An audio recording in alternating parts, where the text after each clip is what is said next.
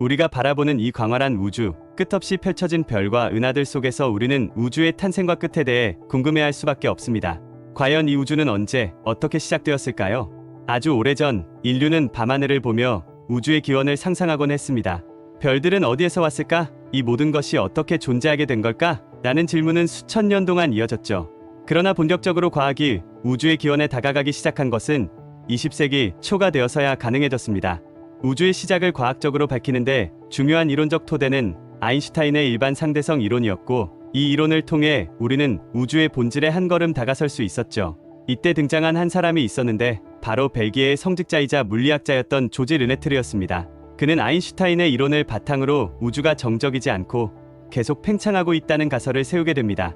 당시 많은 과학자들은 우주가 정적이고 변하지 않는다고 믿고 있었기에 그의 이론은 매우 충격적이었습니다. 게다가 르네트르는 우주가 지금처럼 넓고 차가운 상태가 아니라 아주 뜨겁고 작았던 순간에서 시작되었을 것이라고 주장했죠. 그의 이론은 나중에 빅뱅 이론이라 불리게 됩니다. 오늘은 조지 르네트르의 이론부터 우주 탄생의 비밀을 풀어나가는 과학자들의 여정을 함께 탐험해 보겠습니다.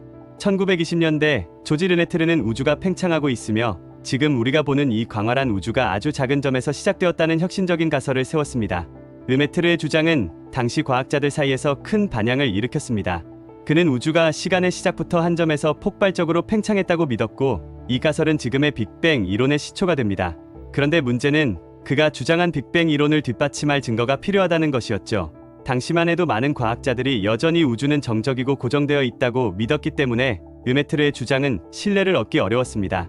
심지어 아인슈타인조차도 처음에는 르메트르의 이론을 부정했습니다. 아인슈타인은 당신의 계산은 정확하지만 물리적으로는 말이 안 된다고 말했다고 하죠.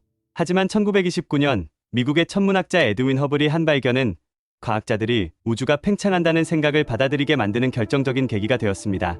허블은 윌슨산 천문대에서 거대한 망원경으로 여러 은하를 관측하면서 은하들의 스펙트럼을 분석하던 중 놀라운 사실을 발견했습니다. 멀리 있는 은하일수록 그 빛이 적색 편의를 나타내고 있었던 겁니다. 적색 편이란 빛의 파장이 더 긴 쪽, 즉 적색 쪽으로 이동하는 현상입니다. 이는 그 물체가 우리로부터 멀어지고 있다는 뜻이죠. 허블은 이 관측을 바탕으로 멀리 있는 은하일수록 더 빠르게 멀어지고 있다는 사실을 밝혀내게 됩니다. 이것이 바로 우리가 잘 알고 있는 허블의 법칙입니다. 허블의 법칙은 우주가 정적이지 않고 계속 팽창하고 있다는 사실을 증명하는 강력한 증거로 자리잡게 됩니다. 이 발견 이후 과학계는 큰 충격에 휩싸였습니다. 만약 우주가 계속 팽창하고 있다면 거꾸로 거슬러 올라가 보면 우주는 과거에 훨씬 작고 밀도가 높았던 순간이 있었다는 뜻이죠. 허블의 발견은 이제 과학자들에게 우주가 과거에 아주 작은 점에서 시작되었을 가능성을 강하게 시사하게 되었고, 점차 빅뱅 이론이 힘을 얻게 됩니다. 그러나 빅뱅 이론이 학계에서 완전히 자리 잡으려면 아직 결정적인 증거가 하나 더 필요했습니다. 빅뱅 이론에 따르면 우주는 초기에 매우 뜨거웠고 시간이 지나면서 팽창하며 식어갔습니다. 그렇다면 이 초기의 뜨거운 상태에서 나왔던 흔적이 우주에 남아 있어야 하지 않을까요? 이 결정적 증거는 1964년 아주 우연한 계기로 발견되었습니다. 미국 벨 연구소의 물리학자였던 아르노 펜지아스와 로버트 윌슨은 통신용 안테나를 테스트하다가 원인을 알 수 없는 이상한 잡음을 발견하게 됩니다. 처음에는 이 잡음이 안테나의 결함 때문이라고 생각해 심지어 안테나의 둥지를 틀었던 비둘기의 배설물까지 제거했지만 잡음은 여전히 남아 있었습니다.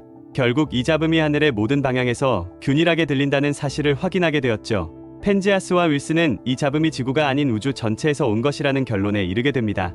이 신호는 바로 우주 배경 복사였던 겁니다. 빅뱅 이론에 따르면 우주는 초기에는 극도로 뜨거운 상태였고 시간이 지나면서 서서히 식어갔는데 우주가 탄생한 후 약 38만 년이 지나 빛이 처음으로 자유롭게 이동할 수 있게 되었습니다. 이때 방출된 빛이 지금까지 남아있어 극초단파 마이크로웨이브 영역에서 관측된 것이었죠. 이 발견은 빅뱅 이론의 가장 강력한 증거가 되었고, 펜지아스와 윌슨은 이 발견으로 1978년 노벨 물리학상을 수상하게 됩니다. 우주 배경 복사의 발견은 빅뱅 이론을 현대 우주론의 표준 모델로 확립하는 데 결정적인 역할을 했습니다.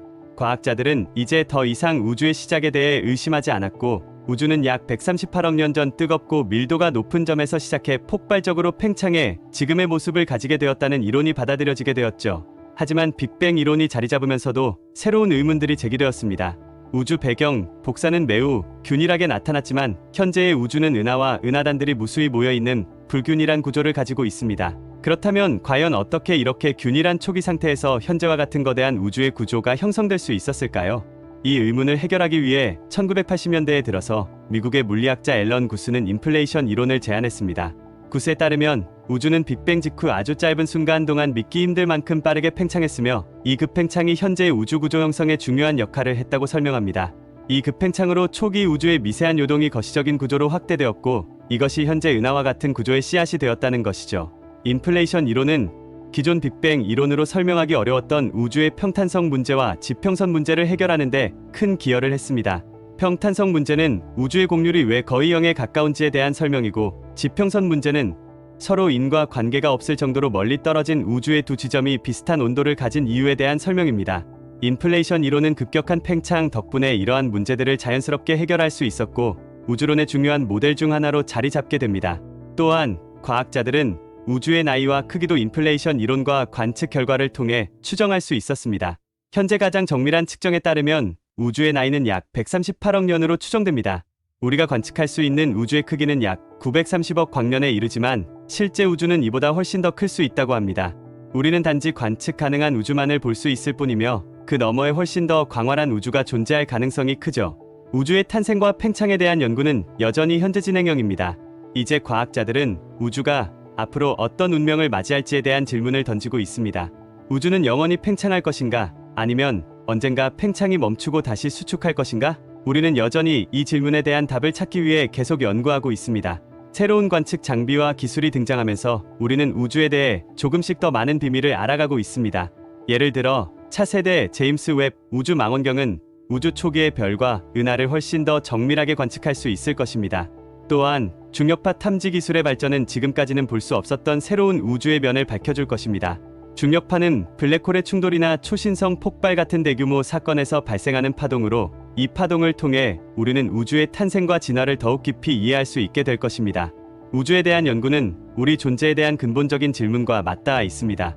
우리가 이 광활한 우주의 일부라는 사실은 너무나 작아 보일 수 있지만 동시에 우주를 이해하려 노력하는 유일한 존재이기도 합니다. 우주 연구는 단순히 과학적 호기심을 넘어 우리가 어디에서 왔고 어디로 가고 있는지에 대한 통찰을 제공합니다. 우리는 이 우주를 탐구하고 이해하려는 책임과 의무를 지니고 있을지도 모릅니다. 오늘 여러분과 함께한 우주의 여정, 흥미롭게 보셨나요?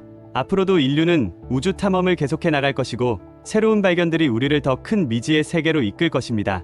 구독과 좋아요 부탁드리며 다음 시간에는 더 신비롭고 흥미진진한 이야기를 들고 돌아오겠습니다. 끝까지 함께해 주셔서 감사합니다. 이상 알면 쓸데있는 지식이었습니다.